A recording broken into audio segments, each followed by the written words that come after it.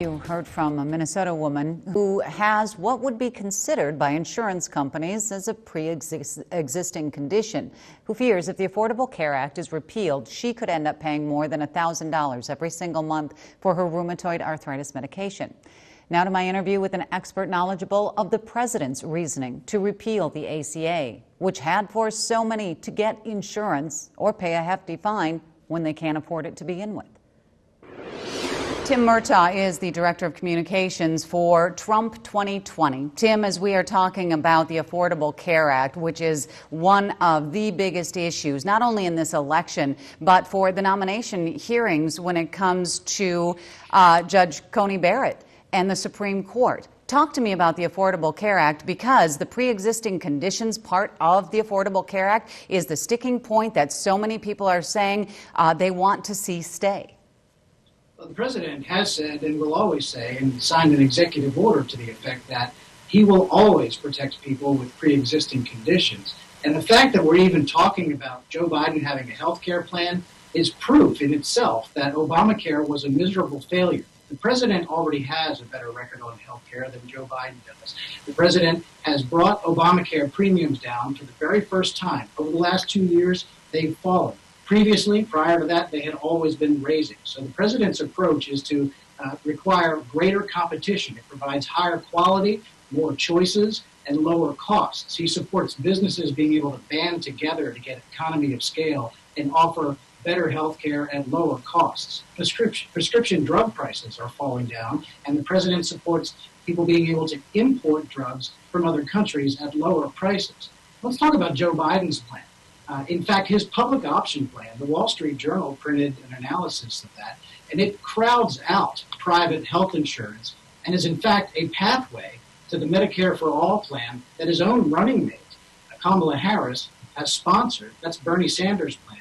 And what that does is that eliminates health insurance for 180 million Americans. In Minnesota, that would mean 3.5 million Minnesotans would lose the health insurance that they get through their employer. And another thing that Joe Biden's private option plan does is it really places rural hospitals at the risk of closing because of bankruptcy, because it reimburses hospitals at the Medicare rates instead of what private insurance reimbursement rates are.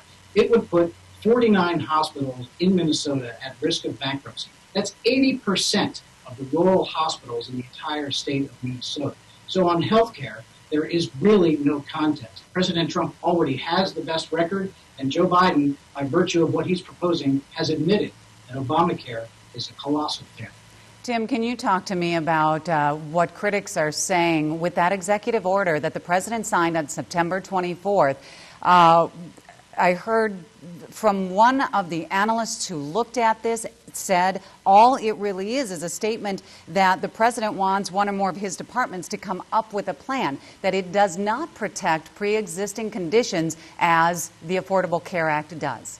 No, it states that it is the policy of the United States federal government that people with pre-existing conditions shall always be covered.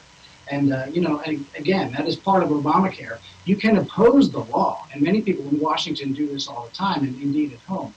You can oppose a law while still liking certain parts of the law. We're talking about a piece of legislation that was thousands of pages long. And simply because you say the law has been a failure, it doesn't mean that every aspect of that law is bad, and certainly that is the president's position. Again, if you look at the president's record, lower healthcare premiums already, introducing competition, being able to import drugs from other countries, driving down prescription drug prices, and contrast that with Joe Biden, who by proposing a healthcare plan is already admitting that Obamacare is fatally broken. We know that. We know that. And so Joe Biden is trying to have both arguments at the same time. Biden is trying to say, hey, I've got a plan that will fix Obamacare. At the same time, he blasts the president for opposing Obamacare. And so that really doesn't quite make sense. If you want to talk about a really important healthcare issue that's facing Americans right now, it's the fact that we are really getting very close to developing a safe and effective vaccine for the coronavirus. That is very important and will save millions of American lives. What have Joe Biden and Kamala Harris been doing over these last couple of months? Every time they talk about the vaccine, what they're trying to do is scare Americans away from taking it. They have politicized the vaccine and said you should not trust it when it comes out. That's playing politics with people's lives. It's a deadly game. And you better believe that's a serious healthcare issue that is on the ballot on the